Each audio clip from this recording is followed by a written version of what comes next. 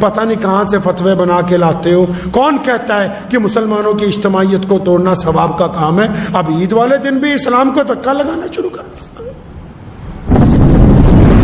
اللہ اکبر. عید آئے گی. السلام علیکم دوستو، اس بیان کو پورا ضرور سنیں.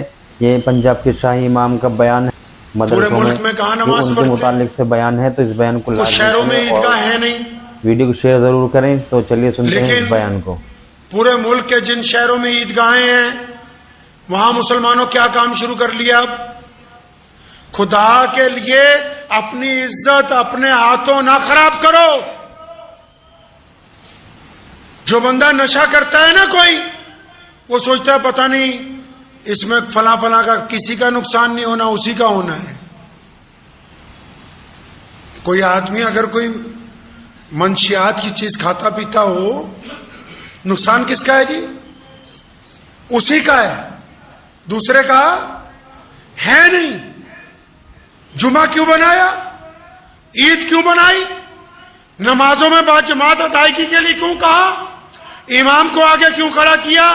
تاکہ مسلمانوں تمہاری شان قائم رہے، تمہاری عظمت قائم رہے، تمہارا جاہ و جلال قائم رہے، تمہارے میں اتفاق رہے، تم میں پیار رہے، تمہاری صفیں درست رہیں، اللہ تمہاری اجتماعیت پر اپنی رحمتیں نازل کروائیں. یہ کیا تماشبینی شروع کر دی کہ گلی محلوں کی مسجدوں میں عید ہو رہی ہے؟ کیا محمد رسول اللہ کے دور میں گلی محلوں کی مسجدوں میں عید ہوتی تھی؟ یہ کیا نیا تماشا بنایا کہ چھوٹی چھوٹی مسجدوں میں آپ دلی بھی جائیں؟ میں حیران رہ گیا. ایک مرتبہ دیکھا چھوٹی چھوٹی مسجدوں میں عید کی نماز ہو رہی ہے. اللہ نے تمہیں جامع مسجد دی، اللہ نے تمہیں عیدگاہیں عطا فرمائیں، اللہ نے تمہیں اجتماعیت کا موقع دیا، اللہ نے عید کے دن ایک دوسرے سے ملنے کا موقع دیا، عید کے دن خوشیاں بانٹنے کا موقع دیا، عید کے دن ایک دوسرے کی شکلیں دیکھ کے خوش ہونے کا موقع عطا کیا. تم نے کیا کرنا شروع کر دیا کہ نہیں جی ہم تو اپنی 2.5 اینٹ کی مسجد میں نماز ہوگی، ثواب ملنے والا ہے نہیں. پتہ نہیں کہاں سے فتوے بنا کے لاتے ہو. کون کہتا ہے کہ مسلمانوں کی اجتماعیت کو توڑنا ثواب کا کام ہے؟ اب عید والے دن بھی اسلام کو دھکا لگانا شروع کر دیا. عید والے دن بھی رسول اللہ کی نعوذ باللہ مخالفت کرتے ہو. نبی علیہ السلام کہاں گئے عید پڑھنے؟ پوچھو جا کے اپنے مولویوں سے، رسول اللہ عید پڑھنے کہاں گئے؟ نبی علیہ السلام نے عید کی نماز کہاں پڑھی؟ حضور نبی علیہ السلام عیدگاہ کے لیے تشریف لے کے جاتے تھے. ساری عیدوں پر نبی علیہ السلام ایک موقع شاید ملتا ہے کہ شاید کسی وجہ سے یا بارش کی وجہ سے یا کسی اور وجہ سے، ورنہ نبی علیہ السلام نے تمام عیدین کی نمازیں عیدگاہ میں ادا کی ہیں. آپ کے پاس عیدگاہیں موجود ہیں، مرکزی مسجدیں موجود ہیں، کہ کیوں مسلمانوں کا شرازہ بکھارنے میں لگے ہو؟ کس حد تک اسلام کو نقصان پہنچاؤ گے؟ کبھی اپنے گریبان میں جھانک کے دیکھیں کس حد تک. پہلے 3 دن کی تراویحوں کی تماشبینی، 6 دن کی تماشبینی، اب عید کے دن گلی محلوں کے اندر عید. اب عید کی نمازیں چھوٹی چھوٹی مسجدوں میں 100 200 لوگ ادا کریں. سن لو مسلمانوں، کوئی مفتی مولوی سرکار کے کہنے پر، کوئی بڑے سے بڑے اسلامی ملک کے بادشاہ کے کہنے پر جتنا مرضی یہ کہتا رہے کہ آؤ فلاں فلاں چھوٹی مسجدوں میں نماز ہو جائے گی، رسول اللہ کی مخالفت کر کے اسلام کو پا نہیں سکتے، رسول اللہ کی مخالفت کر کے خوشیاں نہیں پا سکتے. اس لیے پلٹو اپنے رب کی طرف اور اپنے رسول کی طرف اور پتہ کرو کہ ہمارے نبی علیہ السلام عید کیسے مناتے تھے. وہاں پڑھیے عید جا کے جہاں مسلمانوں کے بڑے اجتماع ہوتے ہیں، جہاں عیدگاہوں میں جامع مسجدوں میں نماز ہوتی ہے. میں اکثر پوچھا کرتا ہوں، ایک عالم میرے پاس بہار سے آئے، میں نے ان سے بھی پوچھا یہاں بستی جودےوال میں گھر میں جمعہ کراتے، میں کہا وہاں تمہارے گاؤں میں جمعہ ہو جاتا ہے کہ نہیں؟ گاؤں میں تو نہیں ہوتا. میں کروا کے دیکھو کہ نہیں جی مسلمان لٹ بجائیں گے کہ تو گاؤں میں کیسے جمعہ کروا رہا ہے. اچھا تو وہاں دین اور ہے، یہاں دین اور ہے. وہاں نہیں ہوتا، یہاں ہو جاتا ہے. یاد رکھیے اپنی زندگی میں جتنی من مرضی کر لیجئے گا، جو بندے کی من مرضیاں ہوتی ہیں نا اللہ معاف کر دیتے ہیں. لکھ لو اس بات کو دل کی تختی پہ.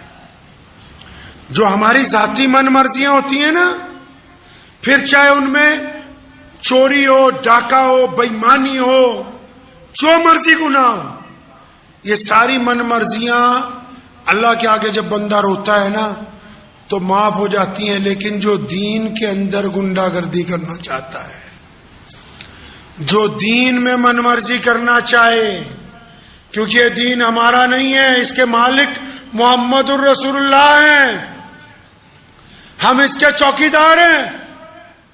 چوکیدار کو تو کوئی حق نہیں کہ وہ اپنی مرضی سے کہے کہ میں جائیداد بیچ دوں یا بڑھا دوں یا کم کر دوں. ہم چوکیدار ہیں دین کے، مالک محمد الرسول اللہ ہیں. جو لوگ دین میں گنڈا گردی کرنا چاہتے ہیں وہ قیامت والے دن اللہ کے حضور سخت پکڑ کے اندر آ جائیں گے. اس لیے جو مرضی کر لیجئے، اسلام کے ساتھ کھلواڑ کرنے کی کوشش نہ کیجیے گا. کریں گے انشاءاللہ. کوشش کرنی ہے کہ عیدگاہ میں نماز پڑھیں. عیدگاہ نہیں ہے جامع مسجد میں پڑھیں، شہر کی اور کسی بڑی مسجد میں پڑھیں، اپنے علاقے کے بڑے اجتماع میں پڑھیں. لیکن یہ جو گلی محلوں میں جہاں 100 آدمی 200 آدمی 150 آدمی چھوٹی چھوٹی نمازیں پڑھا رہے ہیں، کوئی فائدہ نہیں ہے. اس نماز پڑھانے کا کوئی فائدہ نہیں ہے. رسول اللہ کی اتباع کیجئے، اسلام کی اجتماعیت کو نہ خراب کرو. کسی نے کہا ہے نا کہ متحد ہو تو بدل سکتے ہو نظام عالم کو، متحد ہو تو بدل سکتے ہو نظام عالم کو، منتشر ہو تو مرو شور کیوں مچاتے ہو. تو اس کے ساتھ ساتھ ان لوگوں کو جو آج ہمارے ملک میں کچھ صوبوں میں طاقت میں آنے کے بعد یہ سمجھتے ہیں کہ ہم مسلمانوں کو ڈرا سکتے ہیں یا مسلمانوں کے علاوہ اور جو اقلیتیں ہیں، پسماندہ لوگ ہیں، ان کو تکلیف پہنچا سکتے ہیں، تو وہ سارے کے ساری طاقتیں اچھی طرح کان کھول کر سن لے. دنیا کی پوری طاقت اگر ایک طرف لگا دی جائے تو محمد الرسول اللہ کے دین کا ایک تنکا تم ضائع نہیں کر سکتے. مسلمان کسی سے ڈرنے والے میں سے ہے نہیں.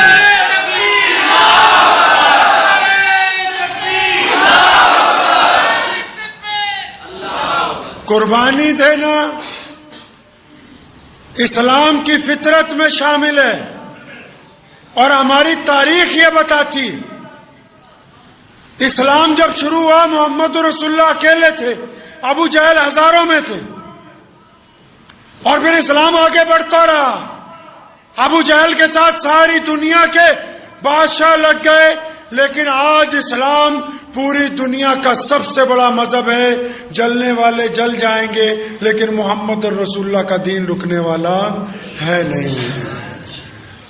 تو اس لیے آپ بھی یقین رکھیں کہ نفع اور نقصان کا مالک اللہ ہے. دنیا کی طاقتیں فانی ہیں، آج نہیں کل سب کو خدا کے حضور پیش ہونا ہے، اپنا حساب دینا ہے. اس خدا کی سے بڑی طاقت کسی کی نہیں. جو لوگ آج دنیا کی طاقت میں آنے کے بعد یہ بھول جائیں کہ انصاف کیا ہے، حق کیا ہے، تو زیادہ پریشان نہ ہو، کیونکہ یہاں جو بھی لوگ آئیں گے پوری دنیا میں، جو مرضی ملک ہو، جو مرضی ادارہ ہو، جو آج اس ادارے کے آگے مالک ہوگا کل کو نہیں ہوگا، کل کو کوئی اور ہوگا آنے والا. مالک صرف ایک ہے، وہ اللہ کی ذات ہے. تو آپ کو اس بات کا بھی یقین رکھنا ہے کہ ایمان والے لوگ اللہ کے علاوہ دنیا کی کسی طاقت سے خوف زدہ نہیں ہوتے. اسلام اپنی برق رفتاری کے ساتھ آگے بڑھتا رہے گا. اسلام نے جو خصوصیت عطا کی، کون سی؟ کہ لوگوں کے ساتھ محبتوں کی. میں اکثر کہتا ہوں کہ دشمن طاقت تو لا سکتا ہے، ایک صف میں امیر غریب کو نہیں بٹھا سکتا.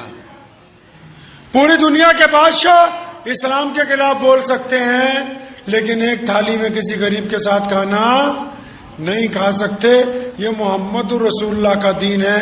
پوری کائنات کے مسلمان آپس میں ہی نہیں بلکہ پوری دنیا کے لوگوں کے ساتھ یہ پریکٹیکل لائف میں اگر آپ آئیں گے تو ہمارے دیش کے ہندو بھائی، سکھ بھائی، عیسائی بھائی، دلت بھائی، جینی بھائی، جس مسلمان کا جس غیر مسلم دوست کے ساتھ تعلق ہے اس مسلمان کا کردار یہ کہتا ہے اور اس کا غیر مسلم دوست یہ کہتا ہے کہ یہ مسلمان اچھے ہیں، ان کی بات اچھی ہے، ان کا کردار اچھا ہے. صرف میڈیا میں شور مچانے سے یہ شمع بجھنے والی نہیں ہے.